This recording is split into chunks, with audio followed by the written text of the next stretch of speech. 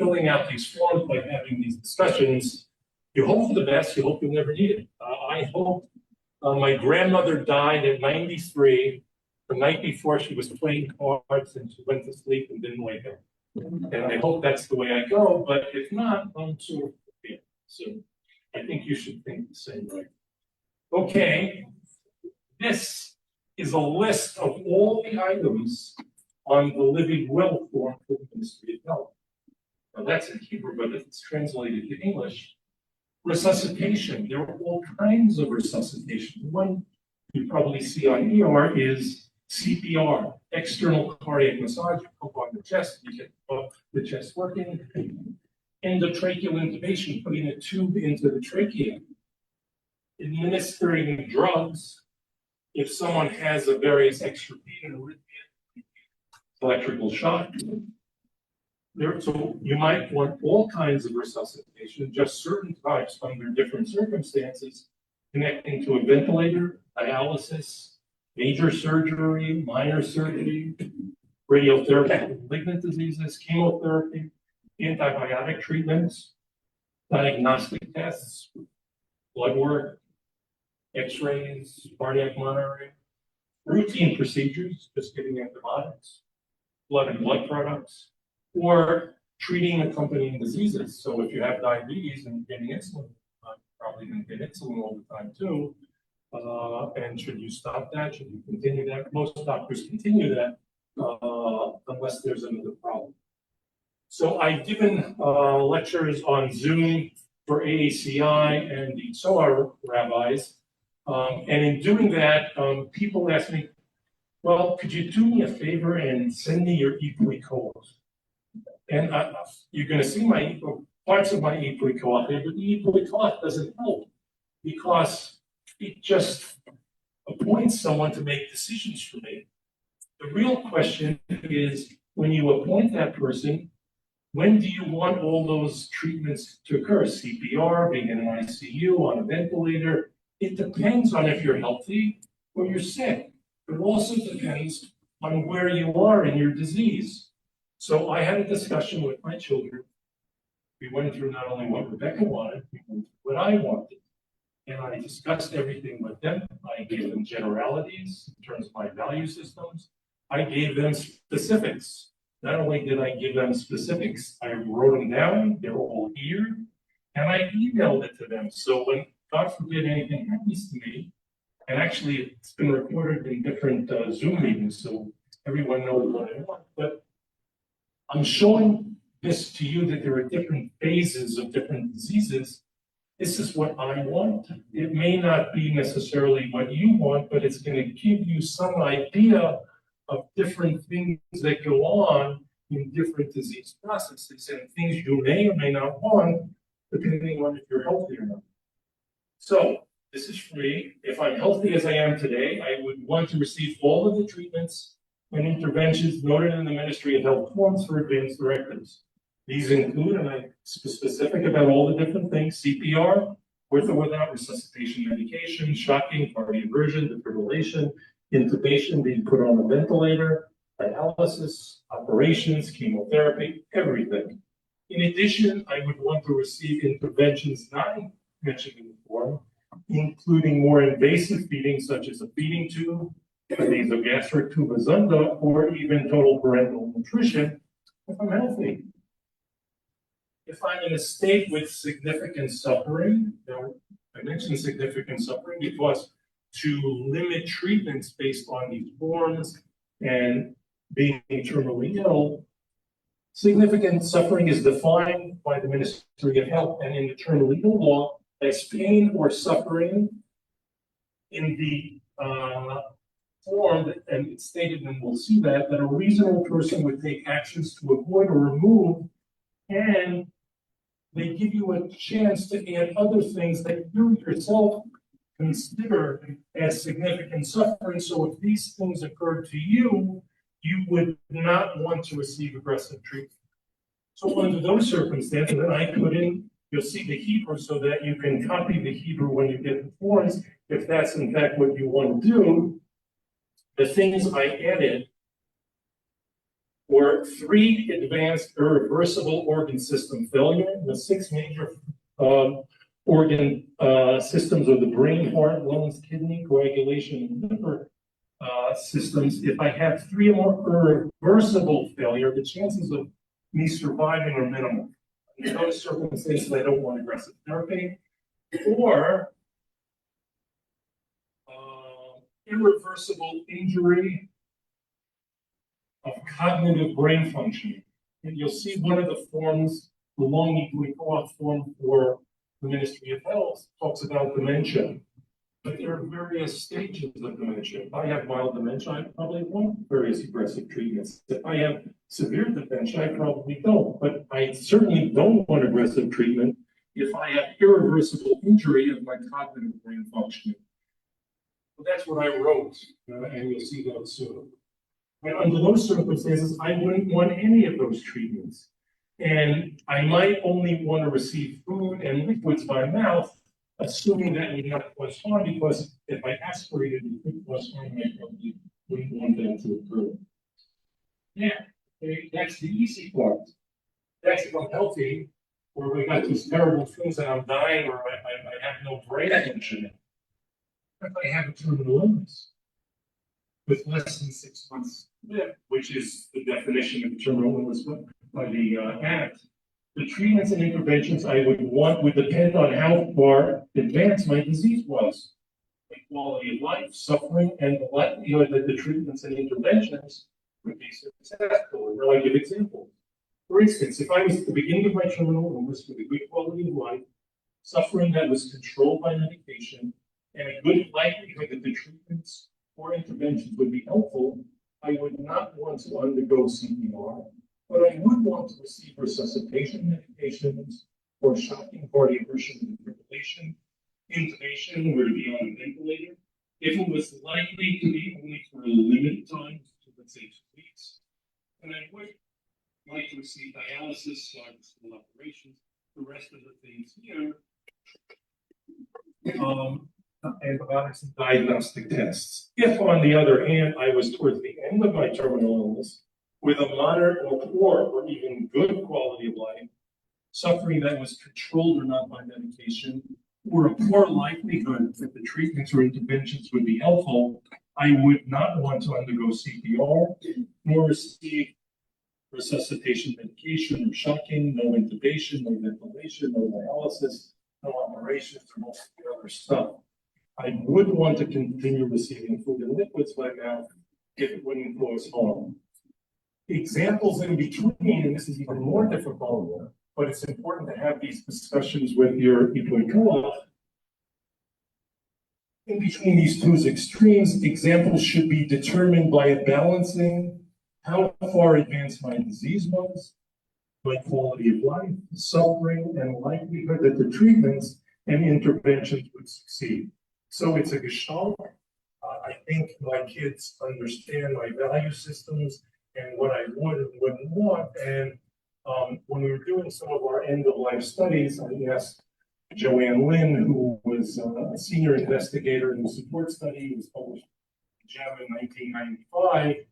You know, sometimes your kids and their studies showing your family members won't do exactly what you want. Even if they think they doing the right thing, it really might not be what you want. The answer was, she was actually advisor on practically all of our end-of-life studies. She said, you know, Charlie, it's okay. So my kids are making a decision based on what they think is best for me, and that's okay. I know they're doing it because they love it. And if it's a little different, it's probably okay. But if you're given these kinds of examples, I think your children, your spouses will know exactly what you want. Okay, the time has come. Everyone get your forms. Sure, you don't have a form? Okay, but it may come out when we talk about the forms.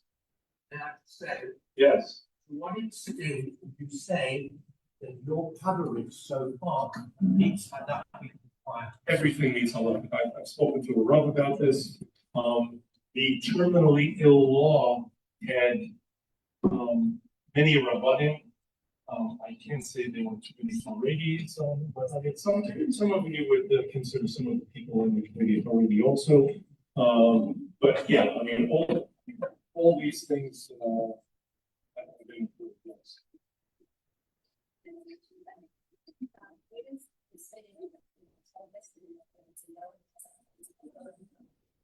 It's what not in here. I'm talking about the multiple advanced directives in Hebrew. This is one of the advanced directives. Is it for terminally ill or not? What it's called, that's all I know. There, I don't know what it is. You can check with the Ministry of Health and see if they have your form. But if you waited this long, you might as well go a little further. But there may be other things to figure out about the form. Maybe you filled out the form incorrectly. Could be okay, but I don't know. It's okay. Does anyone not have a pen? Yeah.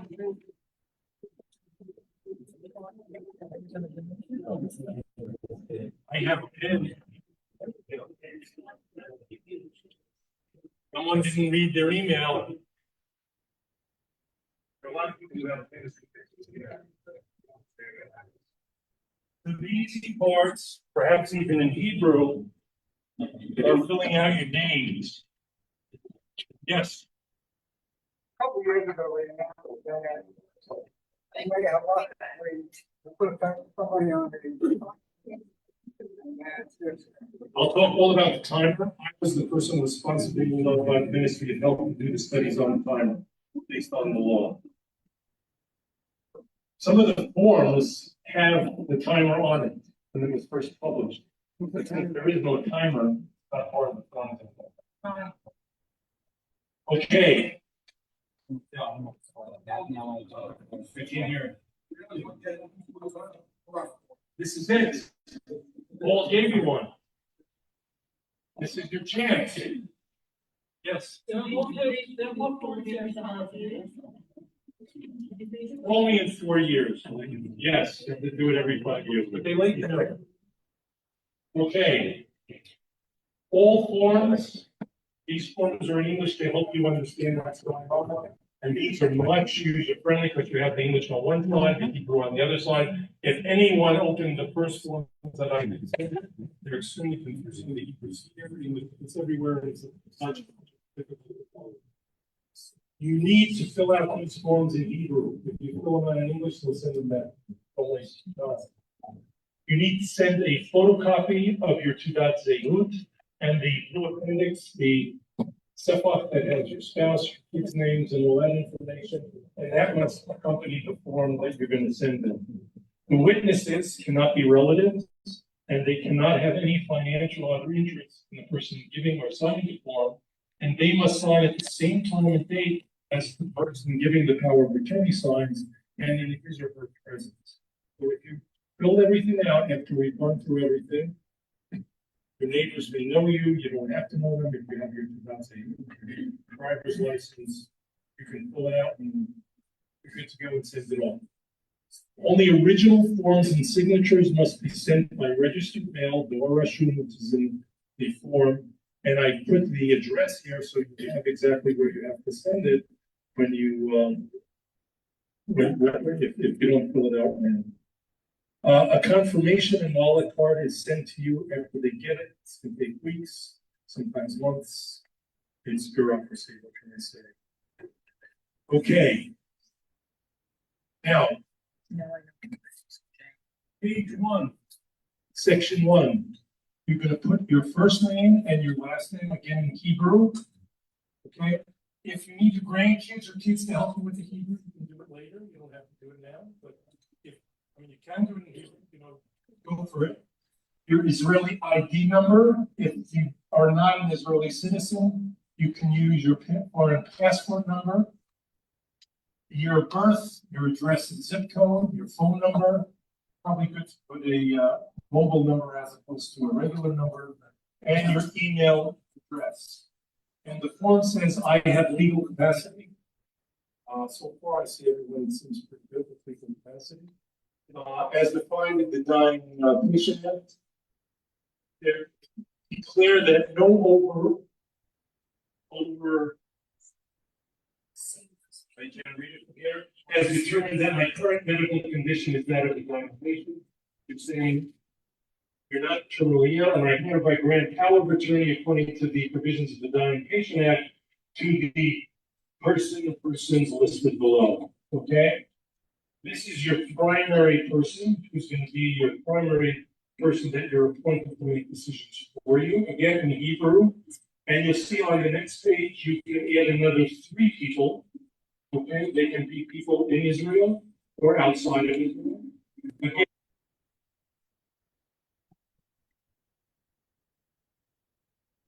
ID card number, not a passport number and the country of issue, which may fit obviously not in the United States, a phone number, their email address, and for this form, which wasn't in the original Ministry of Health form, their permanent residence country, because sometimes the Ministry of Health, I get a hold when they at least want to know which country they're from.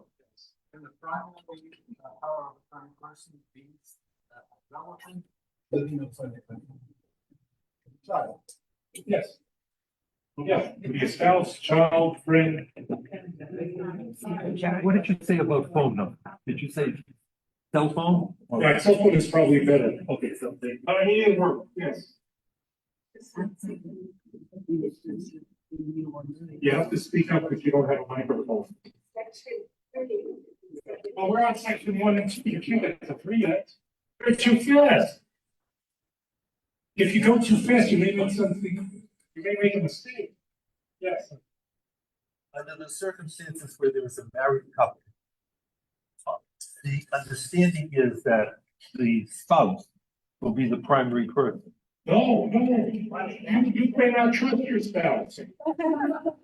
You have to decide, we want to get rid of you sooner. If we didn't have the spouse, You have to write down the spouse here. and then a You child, may want your son or daughter. and then a child would be on the next page, is what you're saying. Wait, because what happens is it's gonna ask you, if we have more than one, you want them to decide together, which I do not recommend, or separately. If you have one person that you trust more than the others, if you trust your wife a lot more than your kids, then you might wanna have her be the primary person, only if she's not available, go to the other people. Under most circumstances, you don't want to have to wait in just one person. You don't want to have them make the decision together because that may delay decisions. So in general, you would like, if possible, to have each one of the, if you have more than one, to decide not together but separately, unless there's one person. If your wife knows you much better than your kids, and you want to depend on her more than the kid, then you should say, you should put your wife first as your primary surrogate decision maker, and the others would be told only if she's not available. Yes. But separately, do they go order, like, the first thing is the first one, that you put here, then the second one, is that how it works? If it's separately, then you'll see the form says they're all equal. But there's another thing that there's another part that says you want one person to be the primary person as opposed to, but you're going too fast. But we're gonna get to them. Just don't fill anything out till we get to them. Okay, now this states when you're appointing the primary power of attorney, I have legal capacity as defined in the Dying Patient Act. I declare that no. Oh, I read that already, okay? Now, this person who you're appointing has to be over the age of 17, as far as I'm aware, has not been declared legally incompetent, that person to make decisions for me, so that he or she will act on my behalf when I am a dying patient, because right now, if you're not dying, right, you are looking good. Okay? Or when, in the final stage of the dying patient, if at that stage, because of cognitive, mental, or physical inability, and significant suffering, I will be unable to give instructions, because if you give instructions, you're giving instructions, you don't need someone to make decisions for you. And the power of attorney will act in accordance with the directions contained in this proxy form and what you explained to that person. Okay, how many people want to fill names out now, or how many people want to wait to discuss with your kids? Whatever you want to do is fine. Even if you fill out forms and have them signed by your friends, neighbors, you can, if you're not submitted, you can change everything afterwards. You can print out what was sent to you, and you can discuss it with your kids, your family members, and then you could have your neighbors sign it afterwards too. Okay, we are moving from page 1 to page 2. Here we have the 3 additional power of attorney people that you can add. It's the same information that you added before, but again, additional powers of attorney. If you wish to appoint additional powers of attorney beyond the first power of attorney, please indicate whether they will act as powers of attorney together or separately. And again, you know, Sort of preference. so again, so I'm gonna go through it now. So I recommend that it be separate, okay? Because if it's together and that person's out of town, you can't get anything done because that person's out of town, and if you wrote it, you have to do it together. You want to get stuck with that box covered. What you're saying is, you have 3 powers of attorney, that's it, all there is, right? Yes, sir, does it go to alternate number 1 first, and then they can do it? That's right, you're gonna get there.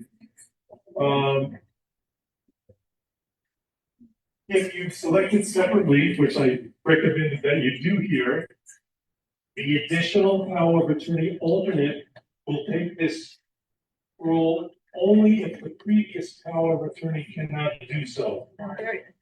Okay? So again, if you have one person, your wife, let's say, you trust more than the others, or you don't know, then you should say that they come in only if the primary person can't do it, your wife, let's say. But if your wife, again, with one of the problems with that, if your wife's not around, they have a problem, you may have a problem. So each power of attorney has their own independent authority. If you trust them all, they're all going to respect whatever you have to say. You're probably best off having each having independent authority. So I listed my 2 kids for my powers of attorney have independent authority. In general, also for the kids, if God forbid something happens, the decisions have to be made. 2 of them are the powers of attorney.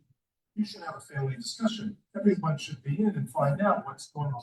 Speak to the doctors and then meet and decide as a family consensus on what you think power of attorney should be doing.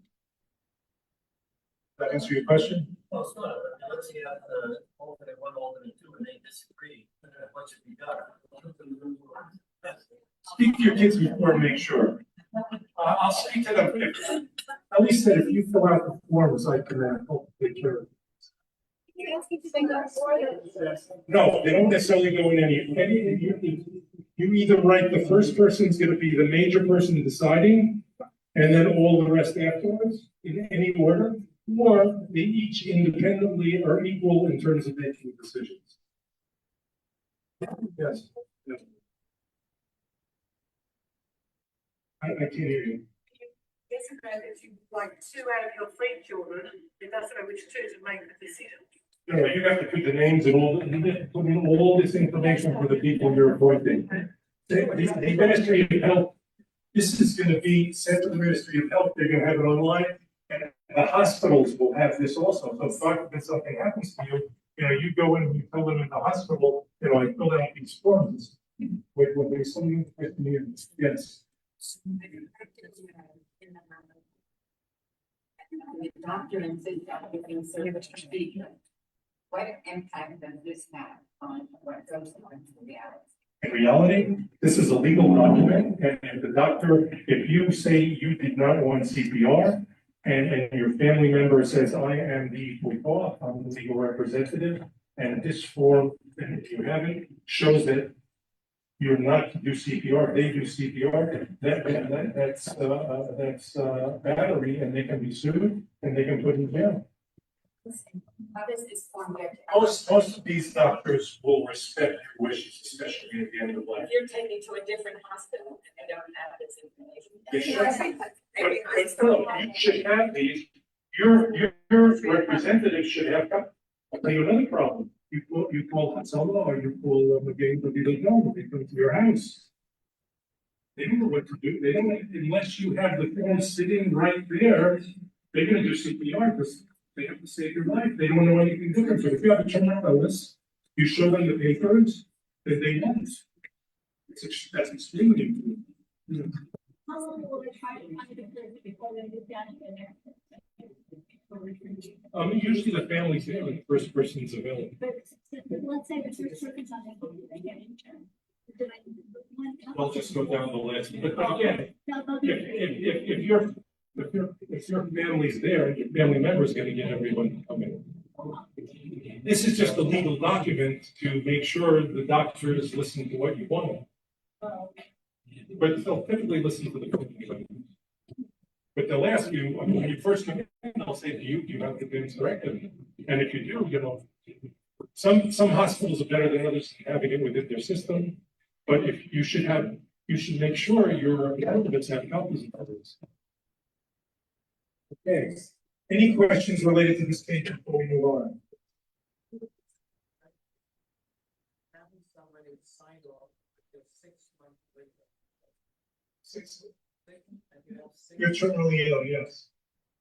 When you're in my ICU, and I tell you it's time, I mean, yes, this is, you are not terminally ill today, you are competent to make decisions, and this only takes effect when you are terminally ill, someone is determined that you are terminally ill, you're incompetent to make decisions for yourself, and you are suffering.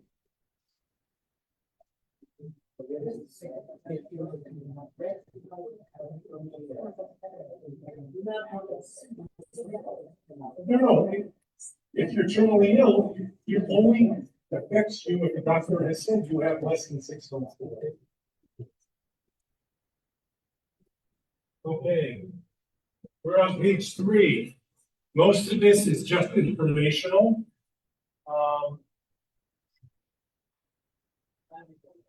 I am aware of power of attorney will be valid only if it is determined that I can explain I'm a dying patient, lack of legal capacity, and I'm suffering significantly over the dying patient. I am aware that it is determined that I'm a dying patient, but I am not recognized as lacking legal capacity. As I said before, you decide, you don't have the circuit decide. I am aware that I can change or cancel the power of attorney anytime, as long as I am not determined to lack legal capacity. And to do that, you can submit, there's a cancellation form in the 4th supplement form. I don't know where it is. I didn't want to cancel it. If you do, call Ministry of Health, or actually call your name at night, will help you. Don't tell them I told you that. Or you can just submit a new one. And if you submit a new power of attorney, you also have to fill out the supplement form to cancel the previous one. Now, D, as I said, is good for 5 years. D is optional. You should leave this blank. Do not fill it out. It lets you have a time less than 5 years till you have to renew it. You don't want to have less than 5 years. You like to have more than 5 years, but the law doesn't allow you to do it. So just leave it as it is for it to be 5 years. I understand and agree that this power of attorney will be put in a computerized system, which I told you about before, and that hopefully would be available.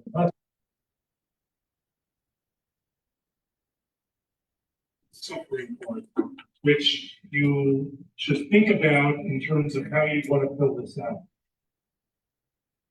So by law, if I'm a dying patient, and I told you this before, significant suffering is defined by the law as pain or suffering that a reasonable person would make considerable efforts to avoid or eliminate, even if doing so would have a significant impact on his quality of life or life expectancy.